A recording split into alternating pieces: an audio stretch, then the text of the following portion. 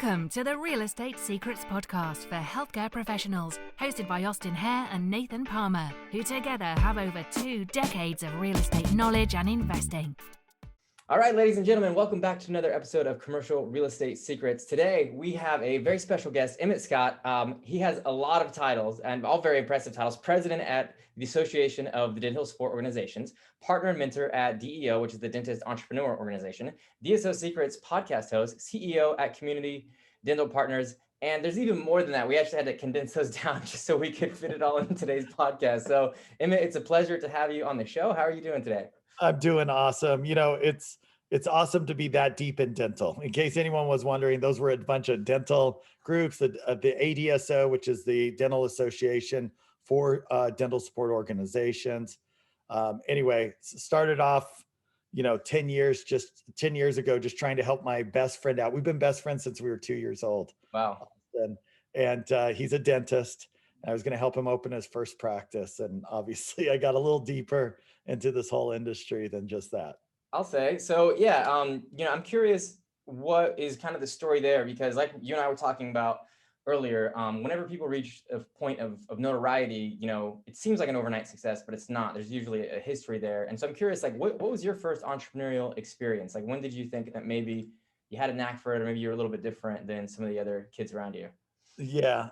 So 14 years old, super frustrated over the fact that government regulation did not allow me to work. So I found a loophole, and that is you can mow lawns. And so I started mowing lawns. I got with my best friend, Brian, and so is Emmet Brian. So is EMB Lawn Care. I know, very creative. We went around door to door, put it up, got our 9 lawns, which was more money than any 14-year-old could handle. Luckily, he was 16, so he could drive. And that was the first time we kind of hacked the system, so to speak. And I think anytime there's been some kind of issue, then I just kind of called on that 14-year-old self, figure this out. That's great. Okay. So started with the lawns. You started realizing, hey, I can make some serious money, or at least for a 14-year-old. And then what was the next step for you after that? Yeah, then I served a church mission, which was ASL, worked with the deaf, did that for 2 years, came back, went up to BYU. I had no clue what I wanted to do. That might be a good sign too, you're an entrepreneur. And so I went ahead and said, well, they're number 2 at the time in accounting. Okay, that means I should do that. And it's the language of business. Still no idea. Got out of school and I went into financial planning. And I really loved it because of like the more intimate nature of getting into people's finances. I didn't love that there was some sales component. I thought it would be a little more sophisticated finance. And oftentimes you're selling insurance, mutual funds, et cetera.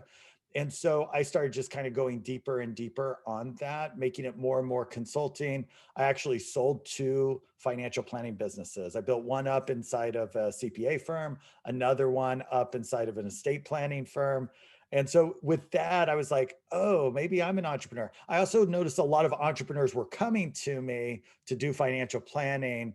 And so really the pivotal moment here was I had a friend that I said, why are you investing in an account? Why don't you just scale your business? And I started looking at all my customers and I'm like, why aren't they scaling their businesses? Why are they even coming to me? Like the best investment would be back into their business. And I realized that there was this ceiling, and that was that entrepreneurship is different than executive leadership.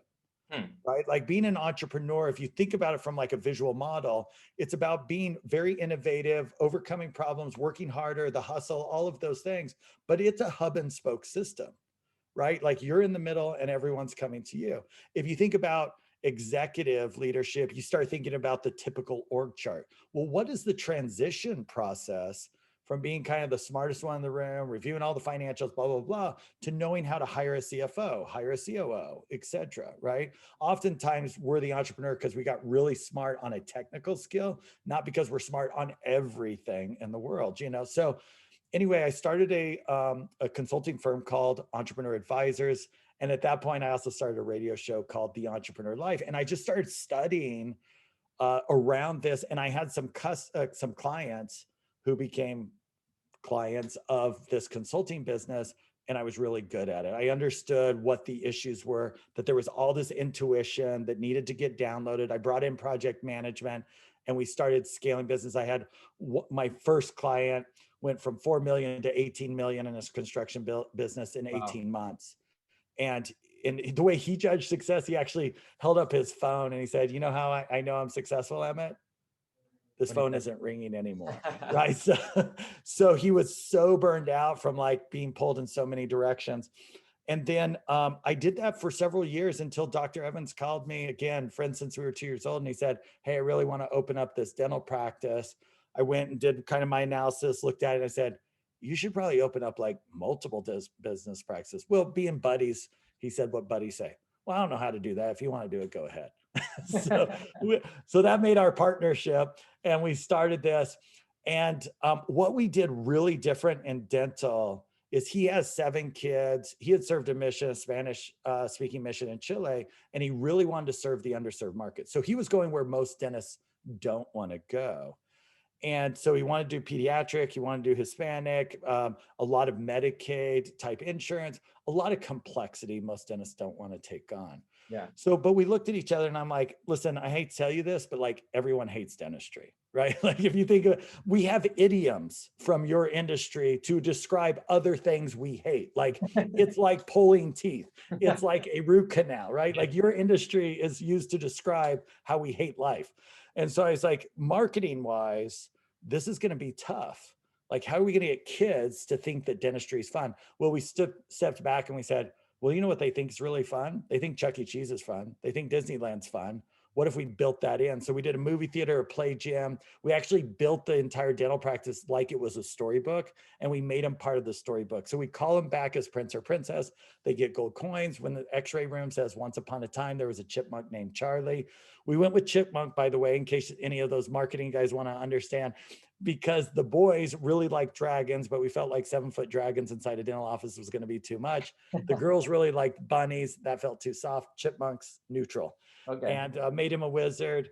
The kids get crowned at the end for their bravery in dentistry. A good dental practice will have 100 first visits, 100 new patients in that first month. We had 1,000 in the first 3 weeks. Wow. So we knew we had something and we started to build them out. Now, one thing that I think your listeners would be interested in is we could not get financing.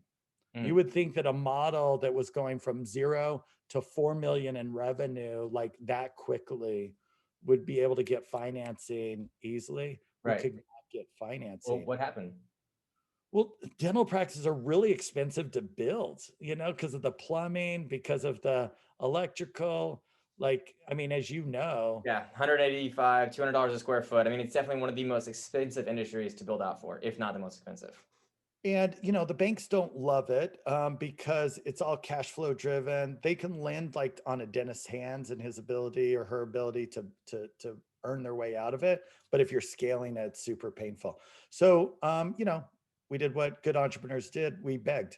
And so we went to all friends and family. And luckily there was someone in this town who we had a relationship, very little, that had the ability to make an investment in our second location. Our third location, Chad's dad took the family cabin and put that up as collateral, which it happened to snow, the worst it had ever snowed in Dallas at that time. And so our revenue got really depressed all the time. We thought we were going to lose the cabin. Like that's its own story, but we worked our way through that, became one of our most successful practices. This is how we were grinding it out, at the time. This year we'll be on track for 100 million. Last year we were just over 50 million. So you can also see that we're now on track. But man, during those early times. So, if I was going to say something around real estate that I would love to see in the marketplace, those build to suit worlds, I was like, where are you? And how do I didn't know it at the time, but it's like, how can I get my arms around that? Because financing was so difficult. So anything I could have done. Oftentimes people ask me if I have invested in real estate because it's such a great opportunity in the dental space. But I've had my hands full just trying to handle dental practices. I would have loved a great, partner in doing things like that. So I guess my point is there is so much opportunity on the real estate side to help growing professional businesses because the financing is so difficult. Yeah, yeah, that makes sense. So I'm curious, you self-funded, it sounds like, your first location, and then you brought on, friends and family for the second location. It sounds like you had to weather a storm, literally. And then after that, were you able to prove to the banks, hey, this is a scalable model, like we have two locations, and able to secure financing that way? Like, how did you go from, the second location to start scaling after that? Yeah, so banks lended on the third because of the family cabin. They lended on the first because of Dr. Evans' person. These were different banks though, right? Like Oh, it had to be like different banks. Our fourth location, so this is crazy. Now we're at like, let's say on three locations, we were on track for, let's say $10 million in revenue. No banks would lend to us, right? So we took one of our associates and we partnered with him because the way it worked, he could get financing as a new dentist easier than we could as a hmm. successful business. What year was all this happening in? 2010, Okay, 11. cool. So banks, I mean, in fairness, banks were also a little hesitant to just go out and start lending in Right. 2010. They were still kind of getting their feet underneath them. But I'd say even today, banks feel much more comfortable lending to real estate than they do cash flow businesses, right? I mean, it's not like we have a lot of collateral in dentistry. And so that was also difficult. And I'm doing something really wacky, which costs a lot more money to do. I wasn't in the typical, hey, we're going to build, 1,200 square feet. I was doing 5,000, 7,000 square feet offices to pull Right. this. Yeah, I feel like that's the hard spot between like three and 10 locations. And then after that, you've kind of proven yourself, okay, this is a really viable model. But so, one location is obviously easy to lend on because you're lending it to the dentist. Like you said, it's their hands, right? Like it's their occupation more so than an investment. But it becomes very difficult in between like that one and that 10 spot. Yeah, and I wonder if other industries have that same issue. I mean, any professional industry, right, that has good relationships, almost banks have that owner lending side, right, that small business side, but then they have the corporate side, and there's usually a really big gap, Yeah. right? You've heard me talk about my podcast. There's a dark tunnel that exists between those two, and so by our fourth location, we were looking for private equity because we felt like we had a huge opportunity, but we couldn't get the capital Hmm. to make that go. And so then obviously I'm guessing that was successful. You found it. You found the partners that you were looking for. Yeah, yeah. So and we've been through several rounds with that, and we're actually getting ready to do that again here soon, because you also scale through private equity. When a lot of us, when we think of private equity, we think it's like, one just great, haul of gold that people pull from. But the reality is they have tiers too. So we've burned through each of our private equity partners that they have their maxes and concentration risk and so forth And that they can. they have their exit plans too that they want to hit, which is great that Yeah. it's like several of them hit that. Yeah. Yeah. And so I want to circle back with what you said about, the bank and the lending and that sort of thing. It's because we kind of get this question a lot. And a lot of people feel like when they don't buy that they're missing out on the money because, a billboard somewhere said, don't throw your money away on rent. And now it's like everybody believes it. But, realistically, you're not throwing away your money on rent for multiple reasons. I mean, there's so many costs that you're gonna have to pay even if you own it that you're kind of, they're not going towards the principal balance. And then also, if you're getting a better location, right? Because nothing was available to buy, then it's totally worth it. So we always coach like, okay, from the lens of like, where is the best location? And if you got to rent, if you got to buy, right? But come with it from that lens first, and then try and figure out how to make it work. And yeah, I liked what you had a quote that was, your rent column, your rent expense should actually be in your marketing column. And I really like that. That really resonated with me because that, we coach that a lot as well, is like, how much more money are you gonna have to spend if you go to an office location doesn't have good visibility, and now you got to pay money in digital, marketing to get those same amount of people. So what was your guys' real estate Oh strategy? my goodness. So I got to tell you our first story then, and this will throw Dr. Evans a little under the bus, but he was so excited when I flew out for our first meeting. He had already picked the location.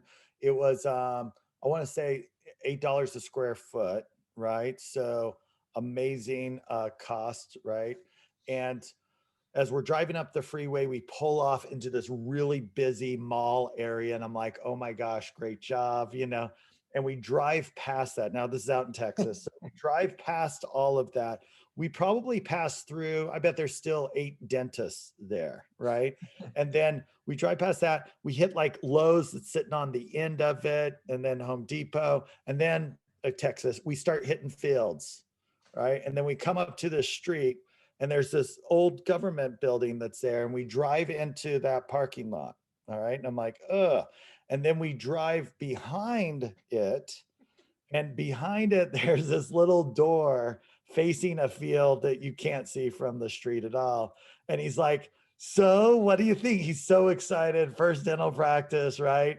And the words out of my mouth is, we're going to need a lot of signage.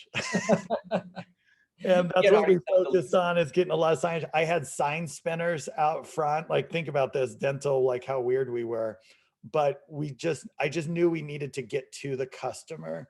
So we had sign spinners in front of other dental practices because we were on that street, that was so busy.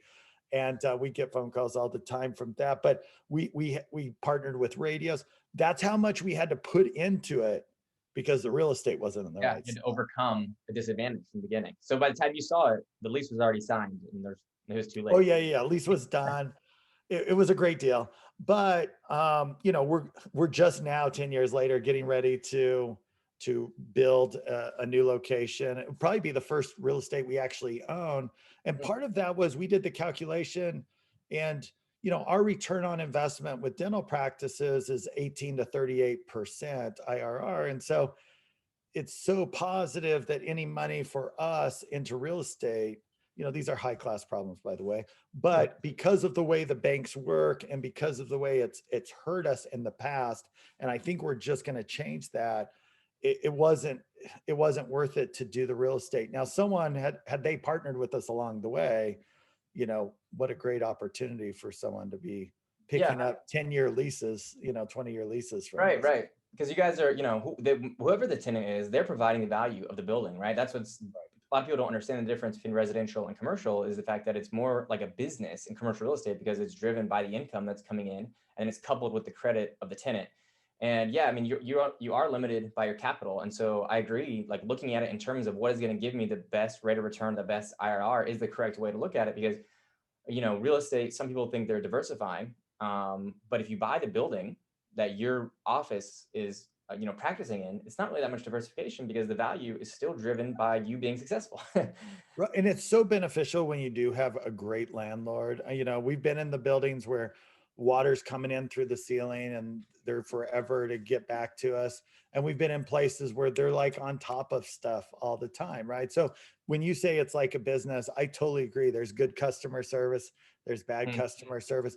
And did we want another, I'm building call centers, I'm trying to support these dental practices and hundreds of employees, HR, IT. Did I also want to get in the real estate business, or did I want to have great real estate partners, right, that can take that on? So again, I just kind of open that up, that there's opportunities all over the place. Yeah, 100%. Because because you guys are driving the value, one of the strategies that we help people work with too is a temporary allocation of capital to purchasing the real estate. So like if the building's empty, you want to go there, right? You could buy that building, you then lease it to yourself. Then now you've driven up the value of that building, put that building up for sale, sell it, make the difference on the arbitrage, which could be significant. And then now you can use that money to go scale your business, which is because over time, real estate is going to give you, 10 to 14% return. Like you said, in your business, it's 18 to 30, right? I mean, it's clearly a better long-term place to park. Austin, I just heard about that like 24 months ago. And so you can't know everything. And I think it's a brilliant idea. And again, had I had Austin in my life, early on, then I think that's what we would have done is done that kind of investment, got that capital back, made that arbitrage, and then, did that again and again. I think it's brilliant. Yeah. So, and then real quick, I know we got to hop off in a couple minutes. What's kind of your strategy now moving forward with your real estate? I mean, obviously it's not purchasing. It sounds like it's leasing. What types of things do you guys look for, and how much does it affect the success of the business? Yeah. At the end of the day, like one of the things that Amazon is creating in all of us, and not just from a digital perspective, mental perspective, is convenience, convenience, convenience, right? So real estate's still important, from the fact that, but it has to be just super convenient. Like, what is the path people are naturally already driving? Because if they have to go off that path, right? I know that there's, and I'm not an expert on this, but I know like Taco Bell does not allow for a left-hand turn light to get into their locations, right? Like there's certain things they figured out has to have high level of convenience for the customer. On a much smaller scale, we're always looking at the retail market and saying, is mom already going to the grocery store near there? You're right. Are there things? So I think dentistry is really leading the way to make healthcare more convenient. I think healthcare needs to be more and more at the forefront of convenience so that people will take advantage of it. We can't sit back and say, well, we're a need, so we'll just wait till they need us. And I think we all of healthcare is kind of taking that approach, which ends up meaning that people are just deferring their healthcare and going to an ER clinic, which is not good for anybody. So I think going forward from a real estate perspective, and it's really always been ours, is where do our customers already go? Yeah.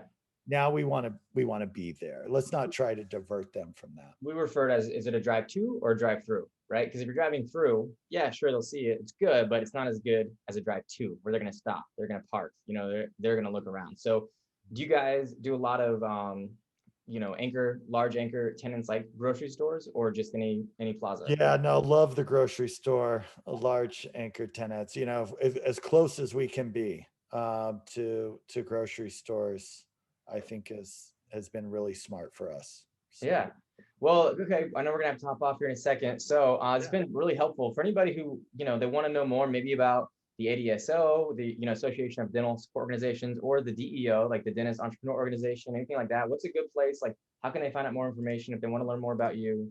So my awesome team just put together a website, emmetscott.com, EMMETSCOTT. It shows the different organizations that I am involved with so that you can link over to them. Very helpful. If there are any dentists out there, absolutely get involved. The free one is DSO Secrets Facebook page and the podcast, but also DEO. If you're not interested in doing a DSO, Dentist Entrepreneur Organization, so powerful. And any entrepreneur who wants to reach out, I'm always open and love to connect with fellow entrepreneurs because we're really moving things to the future. Great. And last question, are you on Clubhouse yet? I am on Clubhouse as of like what, a week ago, maybe it was 2 days ago. Entrepreneur minds like everything so much, but just got on, invited as many friends as they would let me within one Clubhouse, and they'd love this Clubhouse, just trying to get my friends in. But do you have something on Clubhouse going? Yeah, I just started, but I was talking to my friend about it. I see this as a really great way to augment podcasting, especially once they allow you to start recording and stuff like that. So, we're working on some collaborations, but we should do a collaboration on that and to help build our audiences in the future. Let's do it. I'm in. Yeah. Awesome. All right, Emmet. Well, thanks for your time. And we'll look forward to connecting again soon.